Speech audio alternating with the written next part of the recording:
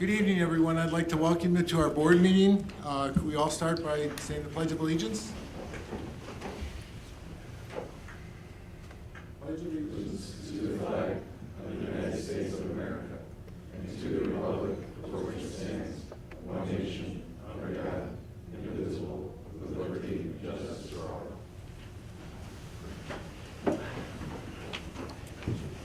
Amanda, will you call the roll? Trustee Messick? Here. Trustee Rocco is absent. Trustee Sheehan? Here. Trustee Casera? Here. Trustee Patino? Here. Trustee Lautner is absent. President DeCipio? Here. Quorum is present, sir. Thank you, Amanda. At this time, I'll entertain a motion by Trustee Messick. Thank you, Mr. President. Trustee Rocco has advised that business out of state will prohibit her attendance tonight. The regularly scheduled village board meeting. She's made a request to participate in the meeting via teleconference. Therefore, I move to authorize Trustee Rocco's participation in the October 28th, 2014 village board meeting via teleconference. Second. We have a motion and a second. Any discussion? Seeing none, Amanda, call the roll. Trustee Messick? Yes. Trustee Sheehan? Yes. Trustee Casera? Yes. Trustee Patino? Yes. Motion passes. Thank you, Amanda. Thank you, Trustee Messick. And at this time, we'll get in touch.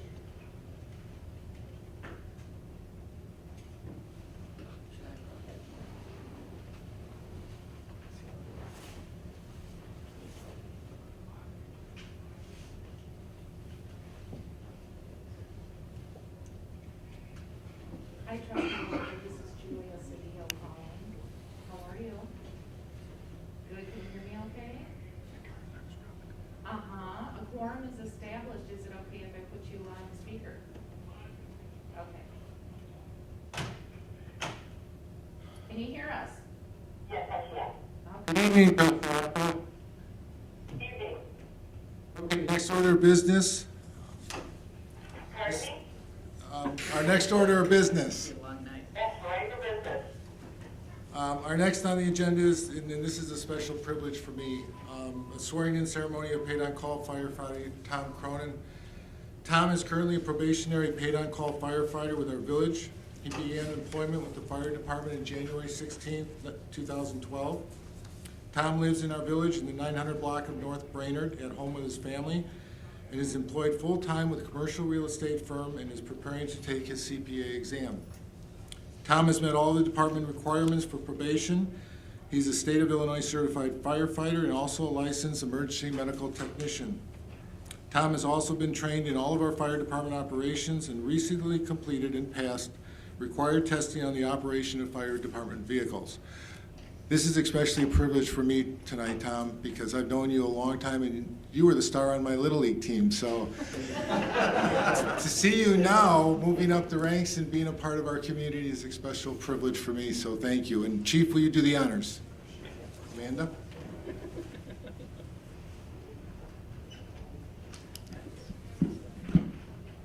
We're going to go ahead and start by having the village clerk swear Tom in to begin with. Come on up, Tom. Raise your right hand and repeat after me. I, Tom Cronin, hereby solemnly swear that I will uphold and defend the Constitution of the United States and the Constitution of the State of Illinois, and I will faithfully carry out all duties imposed upon and entrusted in me as firefighter paramedic of the village of LaGrange Park.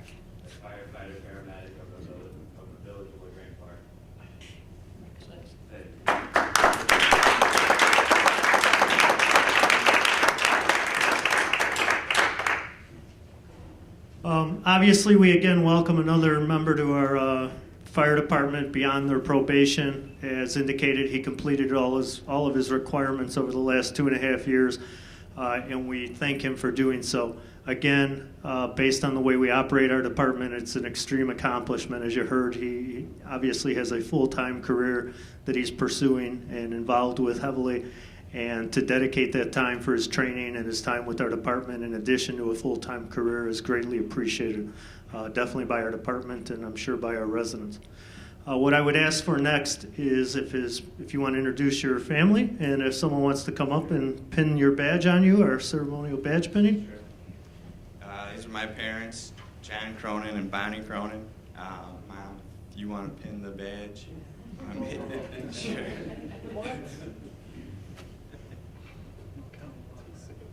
There you go.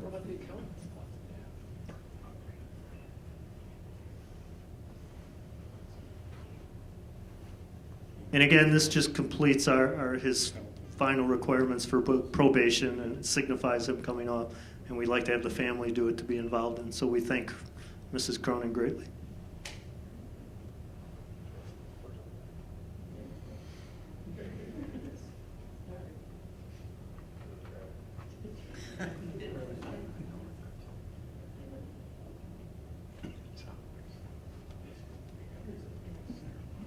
Great, thank you.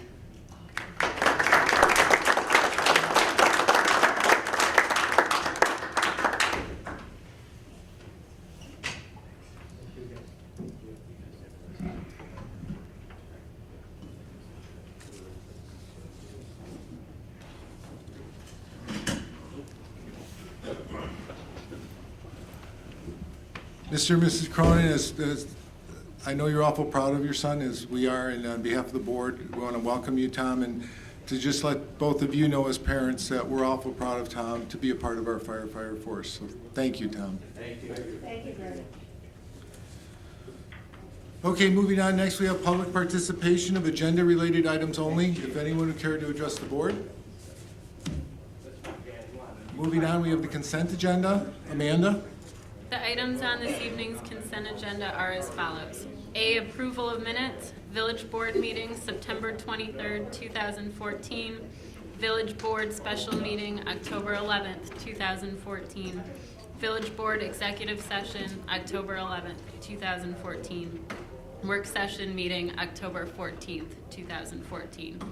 B, action amendment to the Village Municipal Code, Vehicle Code violations. Motion to approve an ordinance amending the LaGrange Park Municipal Code as amended.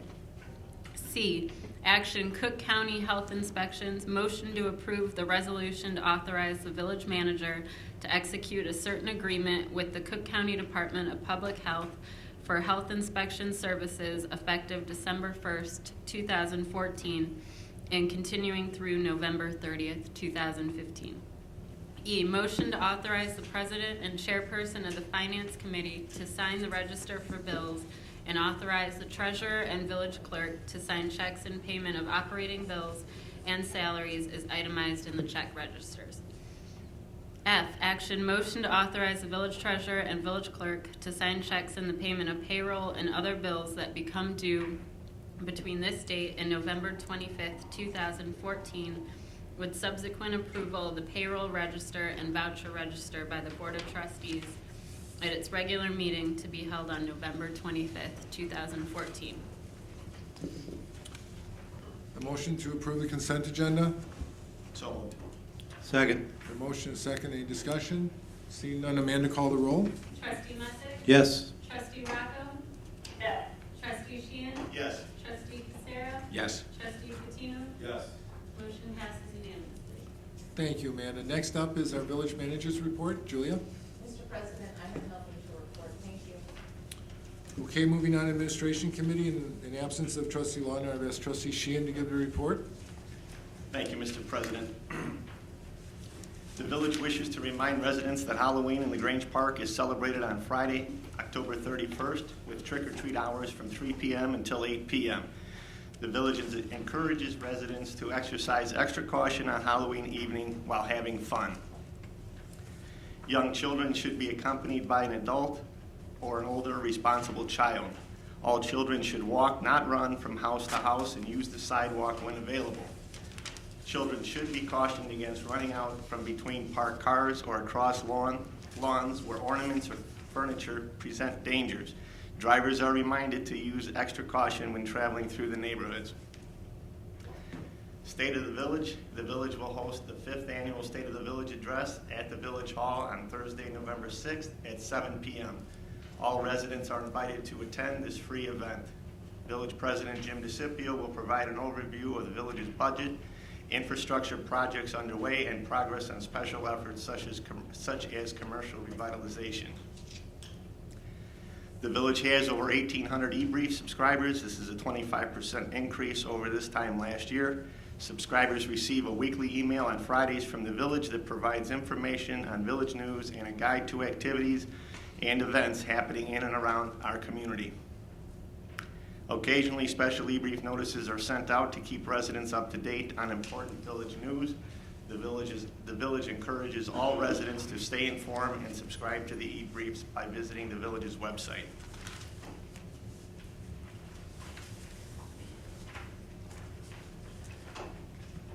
Next, Mr. President, a discussion about proposed Sprint wireless equipment.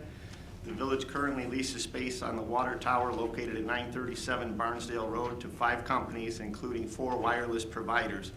This past spring, U.S. Cellular notified the village that it would be decommissioning its equipment located on the tower and terminating their lease agreement with the village effective October 31st, 2014. With the termination of the agreement, the village will lose approximately $27,000 in annual revenue. Shortly after receiving this notice, Sprint contacted the village and indicated that they are interested in taking over the space leased by U.S. Cellular and installing their own wireless equipment.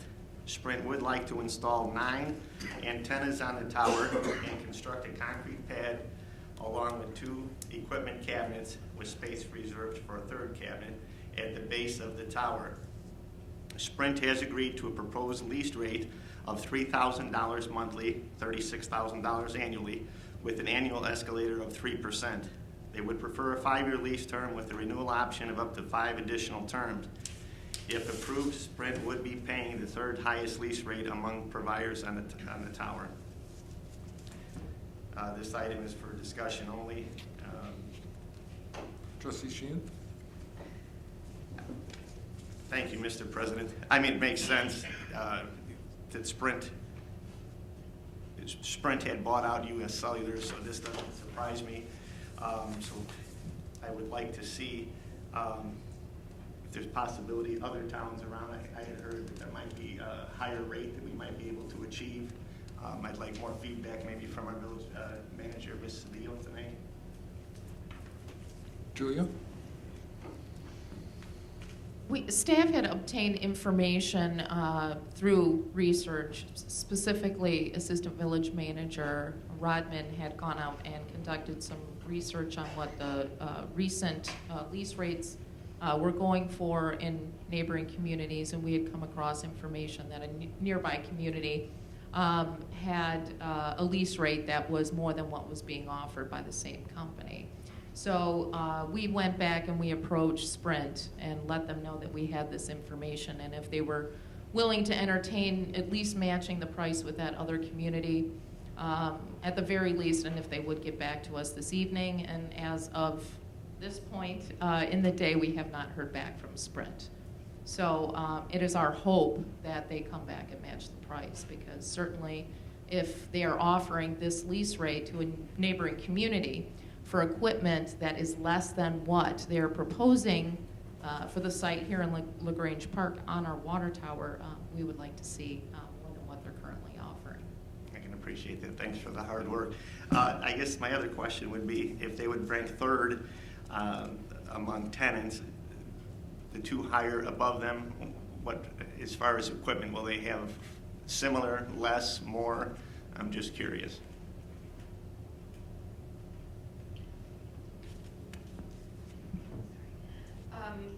The other 2 wireless providers that would be paying more per month include Verizon, which has quite a bit more equipment. They have 15 antennas on our tower currently, and they pay a little over $4,000 a month, $4,300 right now in monthly in rent. And then the other provider is the China Cat Productions, which is the private provider that the board approved last year. They currently pay $4,000 a month. That is for the option to have 4 small dishes on the tower. They never installed the second 2 dishes that were approved last fall, but they are currently paying the rate for all 4 dishes, even though there are 2 on the tower. guess one more question to Engineer Mr. Flood. We don't see any problems as far as with the weight or anything, or as far as maybe access at the base or anything like that? We review for that. We make sure that the structural conditions and structural loading, both for wind and for the weights, are accommodated and consistent with what the structure can hold. And if I could just clarify, the process for a new company to install equipment on the village's water tower is they have to enter into a lease with the village, which is subject to the village board's approval. But they're also required by the zoning code to go through site plan approval. At this point, they have not obtained site plan approval from the ZBA, and we have not formally reviewed a lease from them. So we went back and forth with Sprint negotiating a lease rate. And they started their proposal at $1,750 a month with a 3% escalator every 5 years. And we spent quite a bit of time going back and forth to get them to the $3,000 a month with a 3% annual escalator, only to find out that this neighboring community had secured an even better rate. Sprint had indicated to me that the proposal of $3,000 a month was their final offer, which is why we brought it forward to the board to see if that was something that was amenable to you before we spend the staff time and the expense of taking them through the zoning board of appeals and legal review for the lease.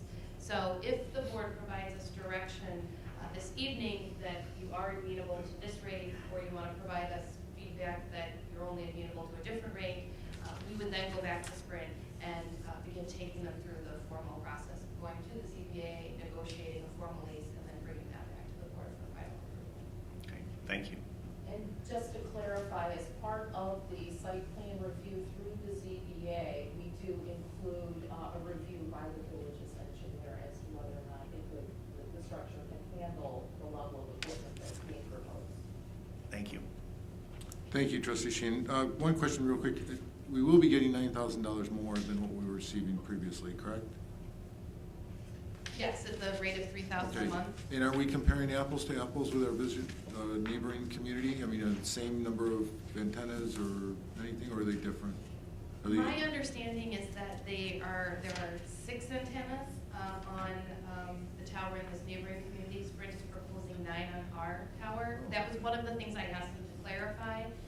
We went back to them and said, I understand that you have different terms in this other community. It appears you're proposing more equipment in ours. Could you clarify why you are not willing to provide us the same terms? And we didn't get a response from them, unfortunately, at this point. Thank you, Emily. Trustee Rocco? Yes, I also think it's a great idea that you are going to recommend the fact that the neighboring community has system patterns and those building network patterns. I think it's worth checking to see why we can't get a higher rate.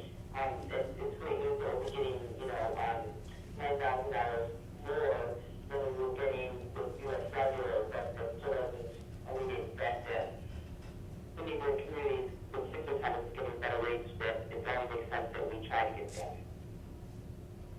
Thank you, Trustee Rocco. Trustee Messick? Thank you, Mr. President. I concur with my fellow trustees, and many of the questions are ones I would ask. The statement I have to make is, if they do this as a drop dead, we're still gaining $9,000. And in that case, in the absence of $20,000, I would take the $9,000 gain. Obviously, you guys have always done a great job as staff of negotiating us upward. So I say get what we can, but this is amenable to me. Thank you. Trustee Kucera? Thank you, Mr. President. Very much in agreement and concurrence with the other trustees, and as Trustee Messick put it, we want this. There is an increase to the village, but again, if we can negotiate better rates compared to what we have now, we would definitely want to do that. I guess my question, and definitely not the negotiator, but what do we have on our side to negotiate with them? What are their alternatives? Where would they go? But again, that's for negotiations. That's just more of a open comment. Thank you, Mr. President.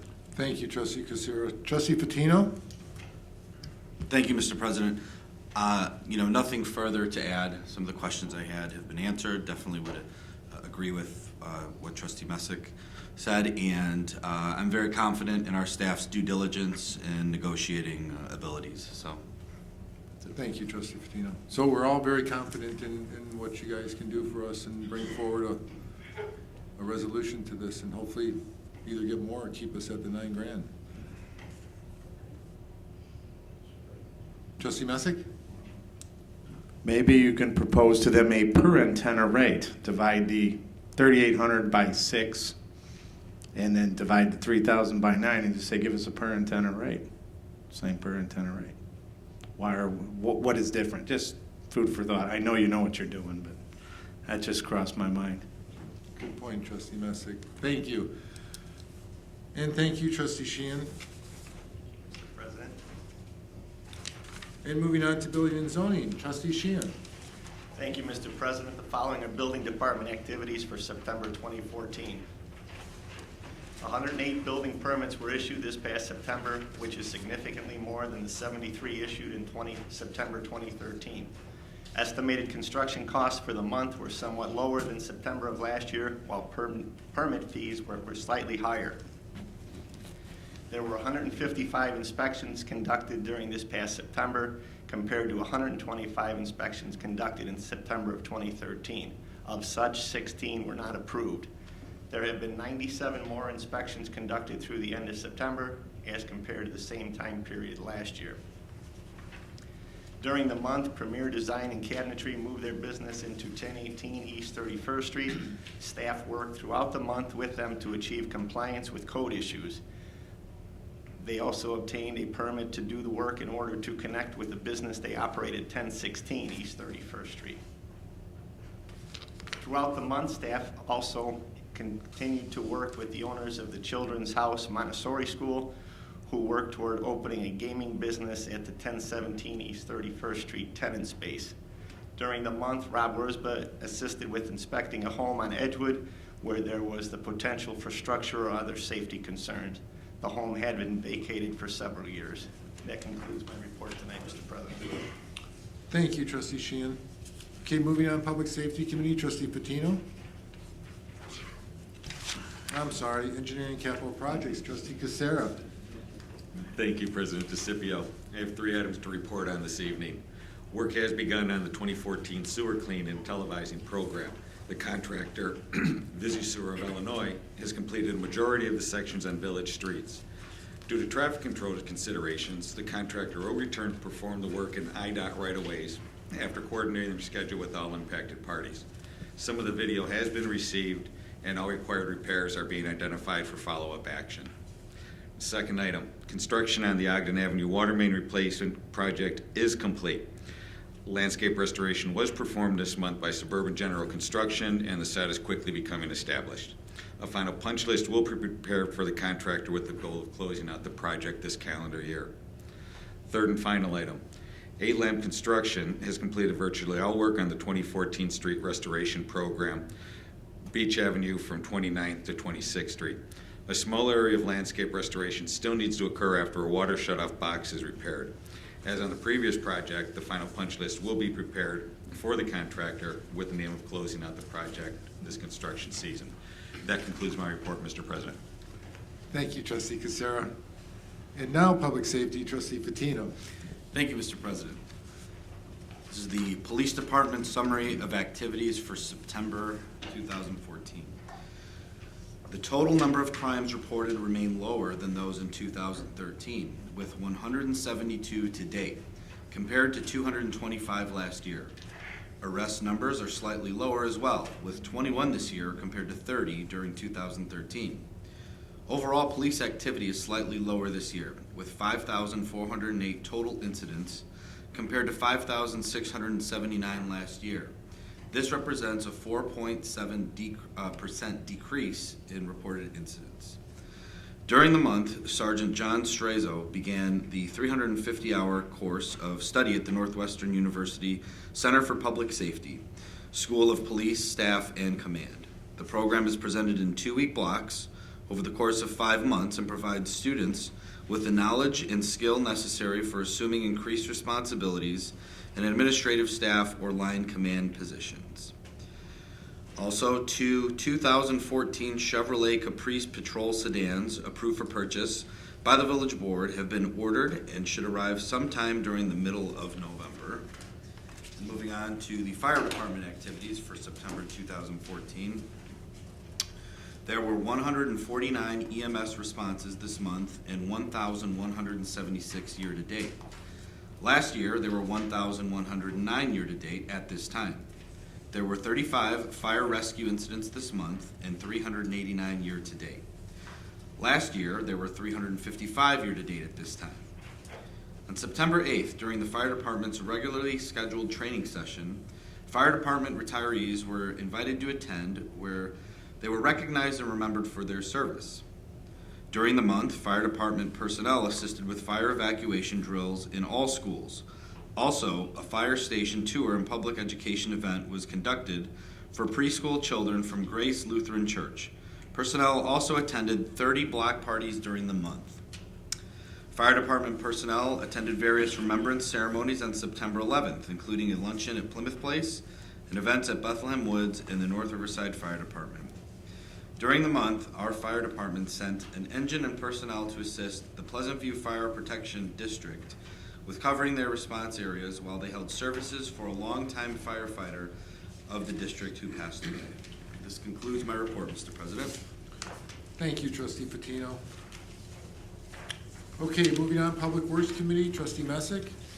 Thank you, Mr. President. First with the Public Works report for the month of September 2014. Brush pickup continued during the first full week of September. 98 day shift hours were spent making several passes through town, removing brush from the parkway. Approximately 203 yards of brush was picked up. Over 18 day shift hours were spent on the tree program, which included completing various work orders for the trimming of parkway trees. The street sweeper cleaned over 106 miles during 48 regular hours and picked up 36 yards of debris. 129 regular hours were spent on the maintenance of public works equipment and vehicles. 171 regular hours were spent filling various potholes, installing several large patches, and repairing the street where several water main breaks had occurred with approximately 36 tons of asphalt. 27 hours were spent cleaning catch basins throughout town. 109 day shift hours were spent on the building and ground maintenance around the Public Works facility, Village Hall, and along 31st Street. Street sweeping debris and water main excavation spoils were moved from Public Works facility to the dump numerous times during the month. Barricades were delivered for 31 block parties which took place. Barricades were also delivered for the Cub Scouts annual Cub Mobile event. Work orders were completed with crews removing roadkill, cleaning sewer catch basins, parkway repairs, and individual brush pickup requests. There were numerous various repairs and preventative maintenance performed on Public Works, police, and fire vehicles. And on to Water Department operations. 33,470,000 gallons of water were purchased from the Brookfield North Riverside Water Commission. 1,341 water meters were read in section number 3. 52 monthly accounts and 35 final meter readings were taken. Various inspections, appointments, and service calls were performed. 15 water bacterial samples were taken and all passed. 105 utility locations were identified prior to excavations. There were 4 service line repairs, 8 Buffalo box repairs, and 2 hydrant modification kits installed, 1132 Kemen and 620 Park Avenue. That concludes the report, and I do have 2 action items. First action item, the area of the village scheduled for tree trimming this year is the section located north of 31st Street between Grange Road and the IHB railroad tracks. This area has not been trimmed in 7 years and includes approximately 844 trees which are over 2.5-inch DBH. The figure does not include the trimming of any ash trees. Bid specifications were prepared and a request for proposal was published in the October 1st, 2014 version of the Suburban Life. Bid packets were also sent out to 12 contractors. A bid opening was held on October 15th at 9:30 a.m. The following proposals were received. A&B Landscaping and Tree Service at $38,975. Winkler's Tree Service, $42,014.32, and Bluter's Tree Service at $49,500. Staff recommends that the board reject the lowest bidder, A&B Landscaping. A&B is currently the contractor for tree removal and tree stumping of infected ash trees. The village has experienced significant delays in A&B's performance of these other two contracts. Also, its bid was non-conforming in that it did not include references for similar work done in the past 2 years, and it did not provide any documentation on degrees, certifications, classes, or seminars attended that qualifies this contractor to do this work. That brings us to staff recommending the contract be awarded to the lowest responsible bidder of Winkler's Tree Service, which is currently our contractor for on-call tree trimming and emergency removals. They also trimmed over 1,231 trees 2 years ago when Kemen, Newberry, and Beach Parkway trees were trimmed. $40,000 is the budgeted amount in the Public Works budget. If the village board prefers that the contract remain within budget, 46 of the 844 trees can be removed from the trimming program to eliminate the $2,014.32. Vince Winkler has agreed to this contract modification and to jointly drive the area with staff and determine which trees to skip. These trees would most likely be trees under power lines, as they tend to be smaller because ComEd trims the larger trees. And additionally, there are 29 trees which front 31st Street, which could be logically added to a future contract when the area south of 31st Street is trimmed. So the motion is, 1, to accept the lowest responsible bid and award a contract not to exceed $40,000 to Winkler Tree Service, and 2, to authorize the village president to execute the necessary contract documents. We have a motion, do I have a second? Second. Discussion, trustee Messick? Thank you, Mr. President. Well, I concur with the selection of Winklers. They've done very good work for us over the years. It's so we have a track record.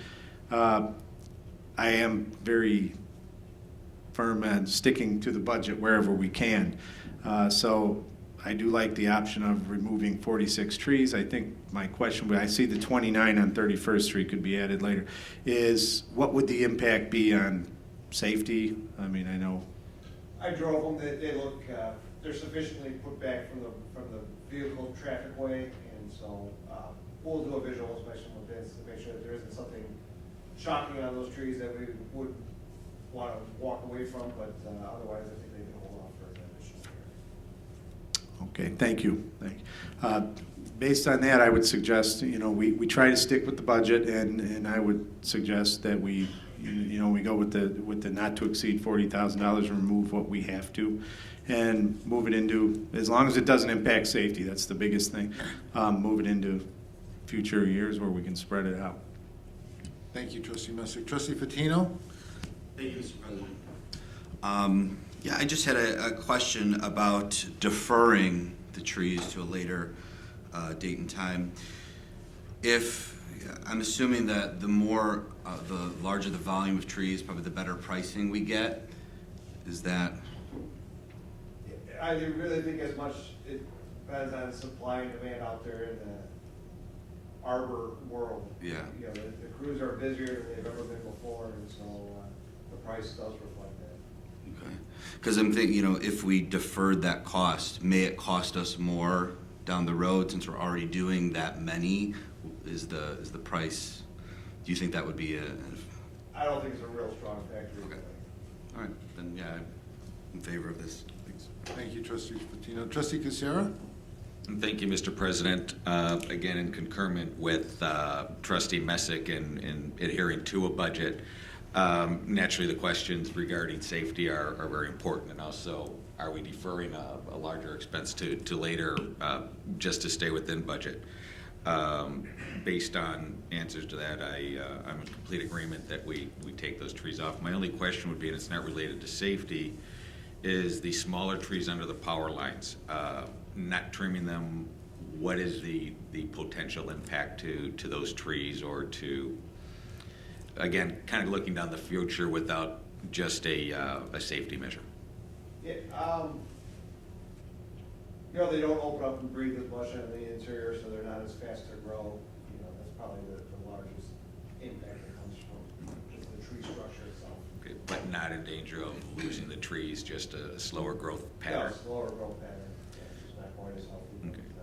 And from an aesthetics point of view in the community, assuming that those trees are under power lines with larger ComEd trees, we're not taking an area that they could look better and not improving it.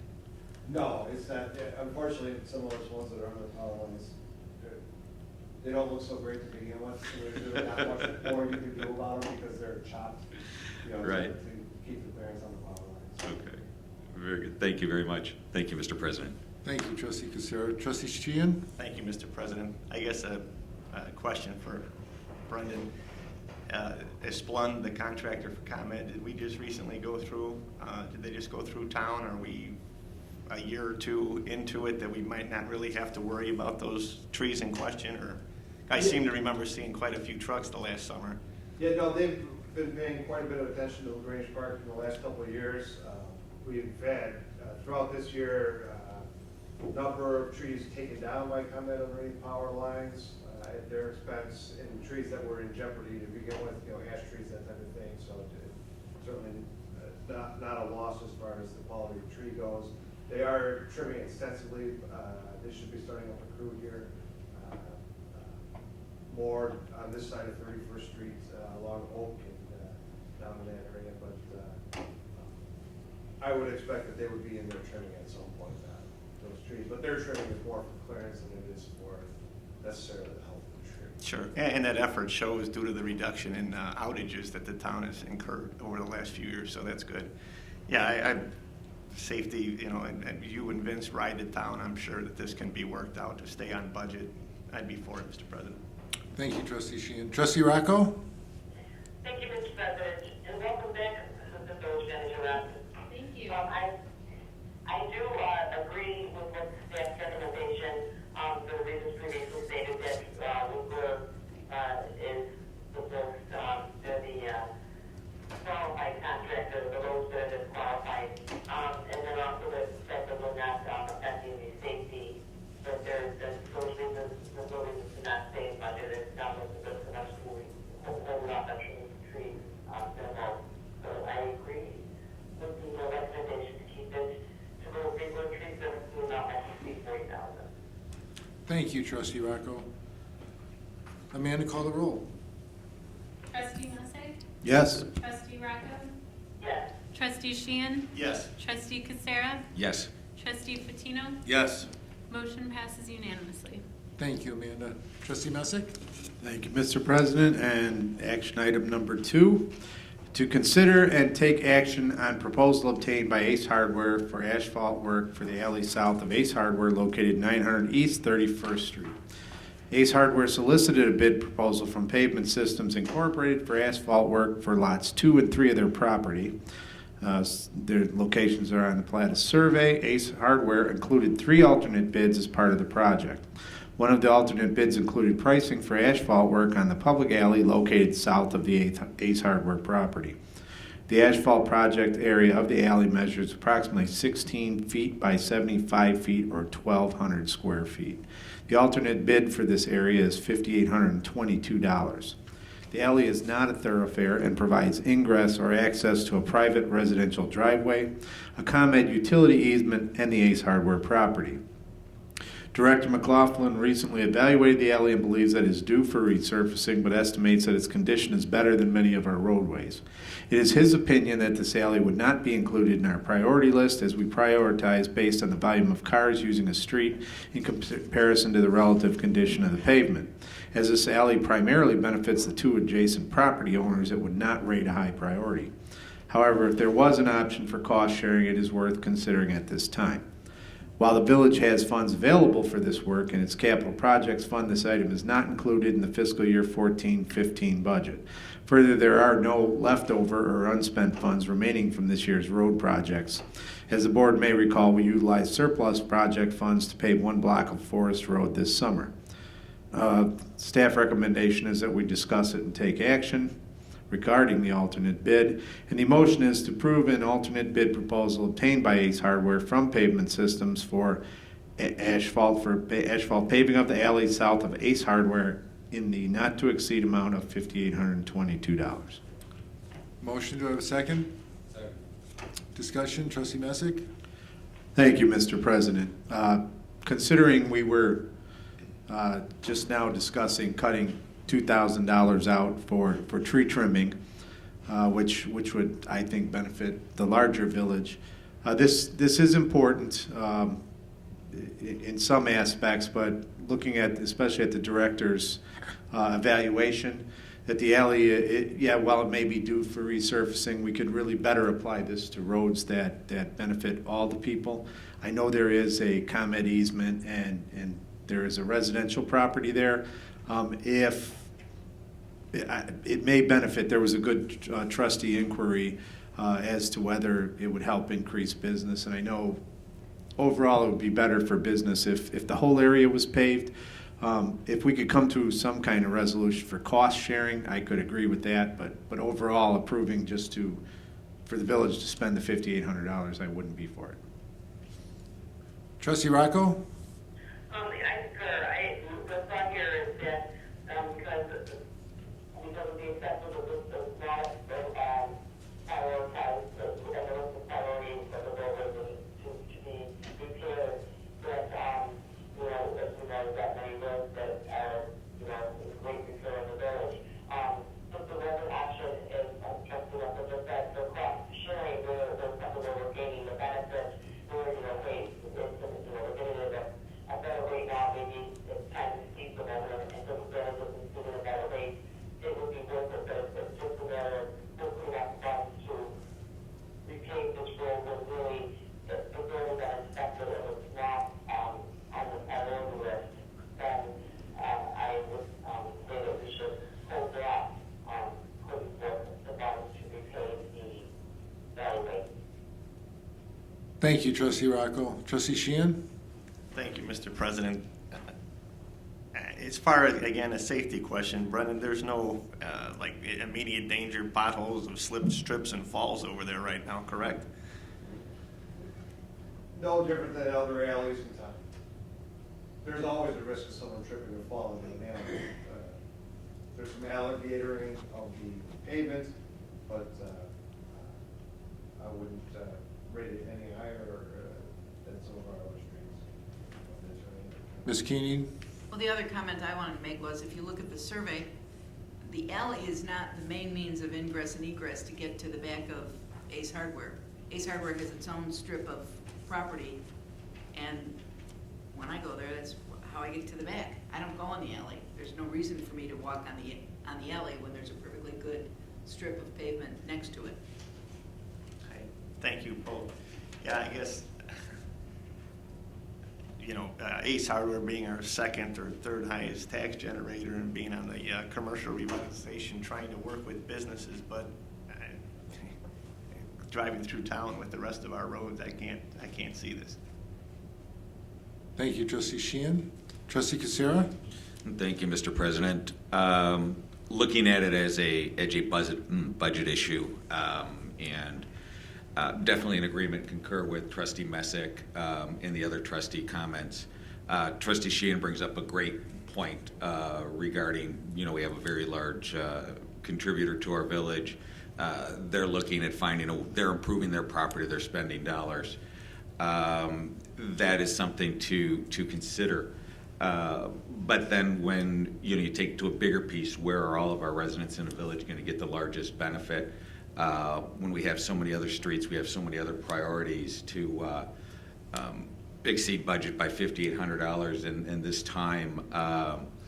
To me, that's an overriding factor. We don't have safety issues from comments from Brendan. Based on that, I would not be in favor. Thank you, Mr. President. Thank you, Trustee Kucera. Trustee Fatino? Thank you, Mr. President. I would just have two questions.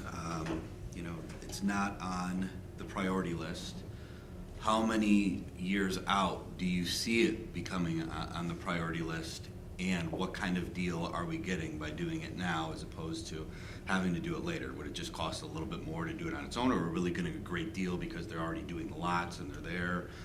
This is something they're not going to do for another 10 years, something like that. There's definitely a bargain to the price that they got here versus what we would do if we were to go out and do it on our own, because it's what a small segment it is, and the mobilization, everything prioritize it. Frankly, unless there's a whole lot of different revenues coming in, nowhere in the next 10 years. And even beyond that. So, you know, I don't know if Paul wants to. The only thing I would add is, it's basically $43 a square yard to their pricing here, which is certainly a better price than we'd be able to achieve through the village, but, and they do have some economies of scale based on them doing it as part of a larger project, but I agree with, Brendan, that it just wouldn't be on our radar on a process of evaluating payment performance and that. There are others that are definitely in more need. If I could clarify one thing, the risk factor that I looked at there is, you know, that alley, that section alley really operates as kind of a storage area for the ACE. And it's more the risk that I see of one of their employees tripping, and then it goes into litigation mode, and all of a sudden they discover it's village property, you know, and so that's why I raised that concern about the risk. I don't really see much going out of it. The only other point I would like to make too is that they are building an alley to a higher standard than we typically would for, based on what their loading is going to be than we would normally do for a residential alley or a light duty alley. They're proposing 5 inches of asphalt. We typically would use 3 inches of asphalt or something along those lines. And that's just based on what their intended use is to, I'm sure, bring large vehicles into that loading back there. Typically don't design for that kind of intense loading.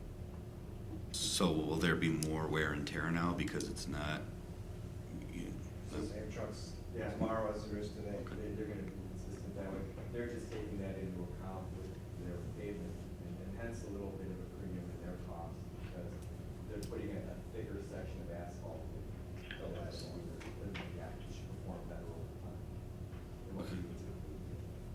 Thank you. Yeah, then I would agree with my other trustees that since this is something that wouldn't even be on the radar for a long time, that there really is, it's not necessary to incur this additional cost in our budget. Thanks. Trustee Messick? Thank you, Mr. President. In light of the information from Mr. Flood and the director, I would say, especially if they're doing it a level beyond what we would do it, and even though it's village property, it's largely being used for the advantage of a private business, that would lend more towards the cost sharing, and I would say better than 50-50 at this point, because I don't know if we want to, and if there's a liability issue of them using it, we need to address that too. And ACE is a great business in our community, and I get all that, but we need to look at if they're gonna, if they want us to go beyond the level we normally would, so they can use it for offloading. It said I definitely would go if we even look at cost sharing at a better than 50-50 rate, us being less than 50. But we need to, if there is a liability issue, if we're worried about safety of one of their employees tripping on our property, unloading their trucks, maybe we need to look at that. Julia? Just want to address the concern raised by Trustee Messick regarding the liability of their utilization of our public alleyway. We have been in consultation with IRMA regarding their utilization of the property, and they have advised us on what actions can be taken to transfer the risk back onto ACE Hardware.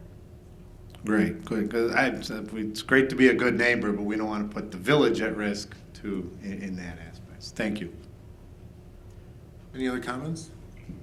Yeah, I would just like to add that, they're doing this as a package. Scott had come forward and they're doing their part plus our part plus the driveway next door, and he's just asked if the village would be interested in helping with the cost. We do allow him to have storage on the alleyway, and we have talked to Irma about the liability. We want to improve our business community. I know that it's not a factor in doing it at this point, but I think as a good neighbor, we could send a message to the business community and maybe do a cost sharing just to send a positive message out to our business community that we do care. And that's just a suggestion on my part. But be it as may, any other comments, we'll move forward with the vote. Now, the motion that's asked is to asphalt paving the alleyway south of Ace Hardware not to exceed the amount of $5,800, $5,822. That's the motion. So Amanda, will you call the roll? Trustee Messick? No. Trustee Rocco? No. Trustee Sheehan? No. Trustee Casera? No. Trustee Fatino? No. Motion fails. That concludes Public Works, Mr. President. Thank you, Trustee Messick. Moving on. Mr. President, Yes. the only thing I would add to that is if the village board is amenable to a cost sharing, this is something that ACE would like to do this season. So if that is something that they would welcome, a cost sharing, that direction can be provided to staff, or a motion could be made, something that would be agreeable for tonight, and we could go back to Ace Hardware and give them a definitive answer as to whether or not we would welcome a cost sharing Okay, arrangement. so the motion we just defeated was for a full amount of $5,800. Is anyone on the board interested in bringing forward a motion at this time? I move that we direct staff to investigate the potential of cost sharing on repair of said alley. I second. Motion is second. Any discussion? Trustee Messick? As I think I pretty much said it all, I said I think we can look at it. We do want to be a good business neighbor to all our community as well as the businesses. I think we are a business-friendly community, but since the use of that alley largely is on ACE and there is some private residence, I would like to see a cost sharing explored, but I would also like to see, I said, since they're getting the bulk of it, I'd like to see it better. They pay better than 50%. Trustee Casera? Thank you, Mr. President. Again, in full agreement. From our standpoint, in approving the whole dollar amount, wouldn't agree with that as it has been passed. I would agree in looking at a potential cost sharing. It came up in discussion as to what ACE brings to our town. As chairman of the Economic Development Committee, I think it sends a strong message to the business community that as a board, we can't afford to pay for their stores or for their businesses' improvements. But if there's opportunity for betterment of the village as a whole, the village budget as well as the store, it's something that we would and should pursue. Thank you, Mr. President. Thank you, Trustee Casera. Trustee Patino? Thank you, Mr. President. I would agree with Trustee Messick. Of course, the dollar amount is very important, but I think what's even more important is the percentage of the cost sharing. I would like to see them, like to see staff go back and see if there's any way that they could contribute more in terms of percentage. Thank you. Thank you, Trustee Patino. Trustee Rocco? I think everything's been said. I agree that it's great if we can do a cost sharing, and that, it's worth looking into the cost sharing. Because it works out that it's a good deal, it works out, for the time now, but take advantage of it, then we should. So, for those reasons, I agree that that should be addressed, so, and, see what we can work with the cost sharing. Thank you, Trustee Rocco. Trustee Sheehan? Thank you, Mr. President. I agree with my colleagues. There's nothing more to say. I would be in agreement. Okay, we have motion second discussion. Amanda, call the roll. Trustee Messick? Yes. Trustee Rocco? Yes. Trustee Sheehan? Yes. Trustee Casera? Yes. Trustee Fatino? Yes. Motion passes unanimously. Thank you, Trustee Messick. Moving on to Finance Committee, Trustee Rocco. Thank you, Mr. President. I report in two action items. Starting with the report. We are now, we've dropped to about 42% of the fiscal year. And as you can see, yes, to our second, with the detailed revenue expense reports and investments that are adopted for our review. Highlights for this month is fiscal year to date, general revenue funds are at 46% of the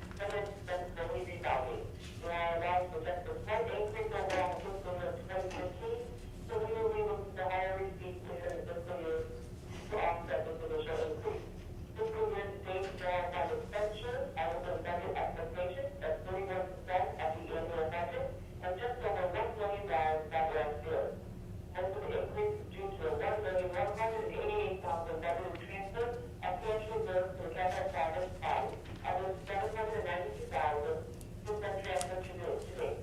The remaining increase is primarily due to a change in the timing of recording the police pension contribution. Excluding the transfer and pension differences, the current year expenditures are about $102,000, or 4.1% above the prior year. As part of the within the expected year-to-date budget, the police budget increase compared to last year is primarily due to the pension contribution timing. It includes the report and then the last few action items. First action item is 2006 bond refunding. The move to authorize the issuance of bonds for the purpose of refunding the 2006 bonds.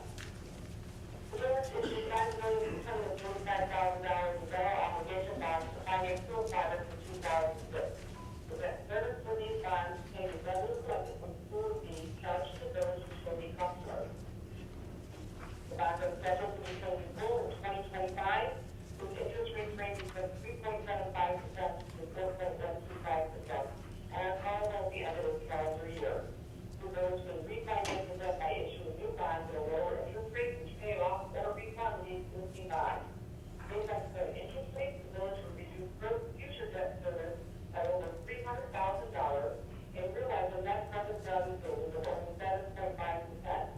For comparison, a net present value savings of 2 to 3% is a typical threshold for proceeding with the refunding. In order to proceed with evaluating the refunding in 2016 bonds, the village board recently selected Robert Arthur as financial advisor and Chapman and Cutler as bond counsel. Senator Roberts from the has attended October 14th village board workshop to present his strong recommendation for a competitive sale of the bond and reviewed the draft orders authorizing the issuance of the refunding bond. The next step in the process is for the village board to approve the orders authorizing the issuance of the refunding bond. The attached orders were prepared by Chapman and Cutler and were reviewed by village staff and Robert Grange.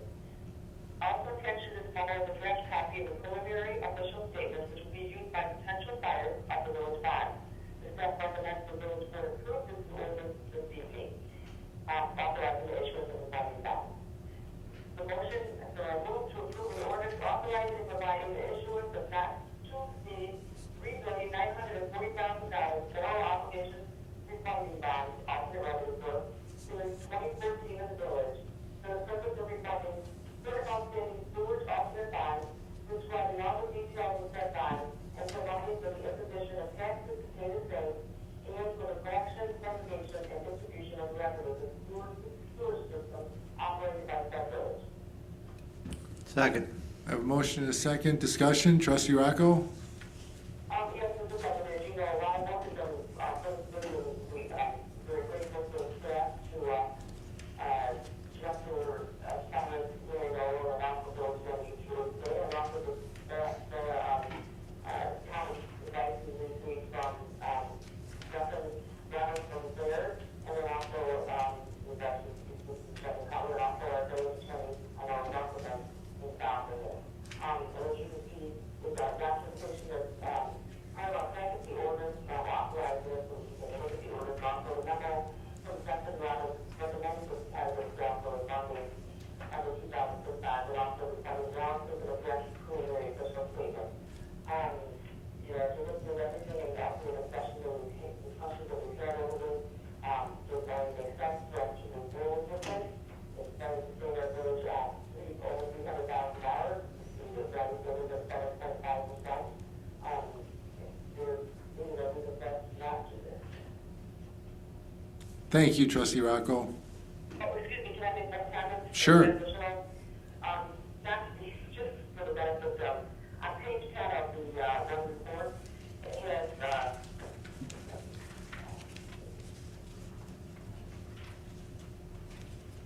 page 10 of the statement, the official statement, it's Charles Jordan, which is the typo.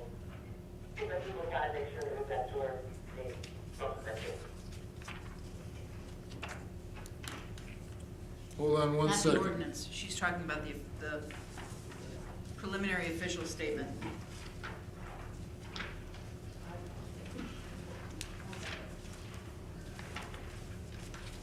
Under general information. I'm gonna go and get it, because you know,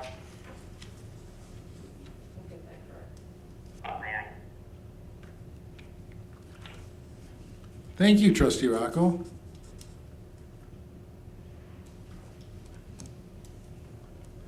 Any comments from the board? Amanda, call the roll. Trustee Messick? Yes. Trustee Rocco? Yes. Trustee Sheehan? Yes. Trustee Casera? Yes. Trustee Patino? Yes. Motion passed unanimously. Continue, Trustee Rocco. Thank you, Mr. President. So the next item up for action is 2014 property tax levy estimate. We do every year. The purpose of this is to approve an estimate of the amount of property taxes to be levied by the village for 2014 as required by the Truth in Taxation Law.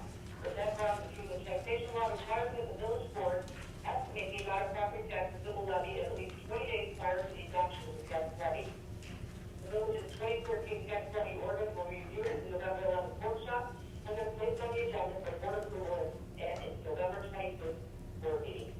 The village's annual property tax levy is restricted by the Illinois Property Tax Extension Limitation Law, PTEL. PTEL limits the amount the village may increase the operating levy each year to the lesser of 5% or the change in the consumer price index. For the 2014 levy, the PTEL CPI change is 1.5% and is therefore the limiting factor. PTEL allows the village to collect additional property taxes on any new construction value. As we did not know the amount of new value until well after the final tax levy was due, the village estimates the levy that is greater than allowed by PTEL in the county will reduce the levy to the allowed amount. The village's levy estimate for 2014 is $3,503,980, which is 4.9% above the 2013 levy extension of $3,330,305. Due to the detail, the final extension increase was much closer to the 1.5% adjustment in CPI consumer price index. Since the estimated amount is less than a 5% increase, a public hearing is not required under the Truth in Taxation Law. That recommends the village board approve the following motion at next meeting and repeat it as attached to the PTEL CPI history and amplifier history of the village property tax levy. I move that the president of the village board of trustees estimate that the amount estimated to be raised from the 2014 property tax levy to the 2013-15 fiscal year is $3,503,980, which amount is less than 5% greater than the amount expected in December 2013. I have a motion. Do I have a second? Second. Discussion, Trustee Rocco? Yes, Mr. President, something we do every year. It only makes sense. We're within the Truth in Taxation Law. Keeping it, we're not doing a public hearing. We're not doing we're not taking the 5% increase or even, that little amount, but we do need to make a combination for new construction values for the additional property tax that we see. So it's only next reason that we passed it. Thank you, Trustee Rocco. Any comments from the board? Amanda, call the roll. Trustee Messick? Yes. Trustee Rocco?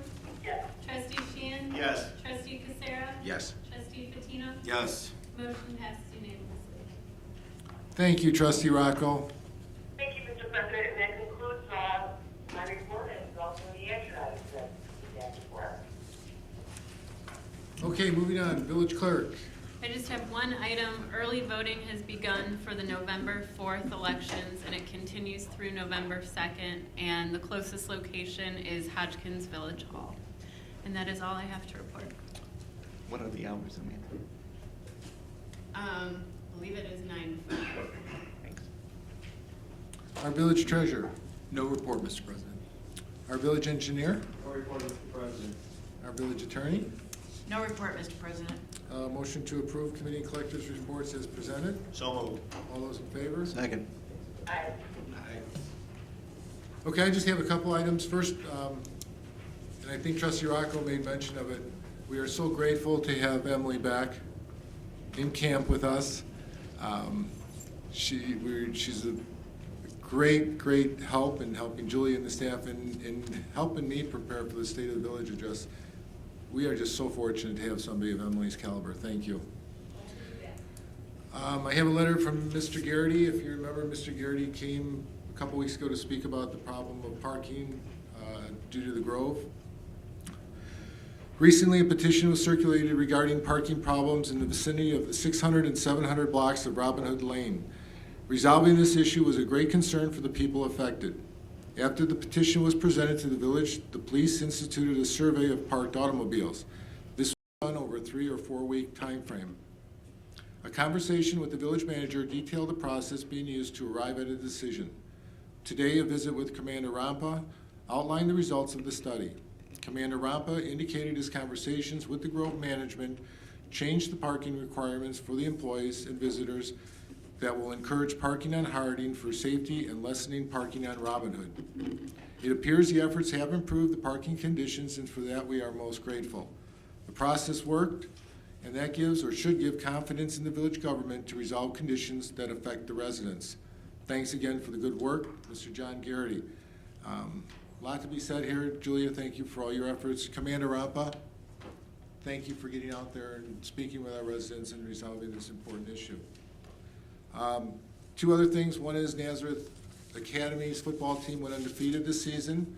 I was hoping maybe to get them here tonight to show them off to our community and express our gratitude for what they bring to our community, but didn't want to bring any mojo to them. So they're playing Saturday night at 6 o'clock under the lights at Nazareth for their first playoff game. And I hope we can all support them, and then maybe in December we'll have them here after they win the state championship. One other item, Julie and I attended a VIP reception last night at Frank Thomas's opening of his microbrew in Berwyn. It's a great facility. It's the old bank building on 22nd Street in Oak Park. But the highlight of the evening was that we were able to network. And we did network with an individual who is very much interested in bringing his business to our community at a certain location on the Grange Road that we all know about. So now the work is on us to hopefully persuade the individuals involved that this would be to their benefit as it would be to the benefit of our community, and we're hoping to make contact with them on Friday, and hopefully we can persuade them that this is the best thing to do. That's all that I have. Any public participation? Seeing none. Any new business? Motion to move into executive session. I move we move into executive session for the purpose of discussing the appointment, employment, compensation, discipline, performance, or dismissal of specific employees of the public body according to 5 ILCS 120/2C1, not to return to open session until our next regularly scheduled meeting. Motion to have a second? Second. Amanda, call the roll. Trustee Messick? Yes. Trustee Rocco? Yes. Trustee Sheehan? Yes. Trustee Casera? Yes. Trustee Fatino? Yes. Motion passes unanimously. We'll move into executive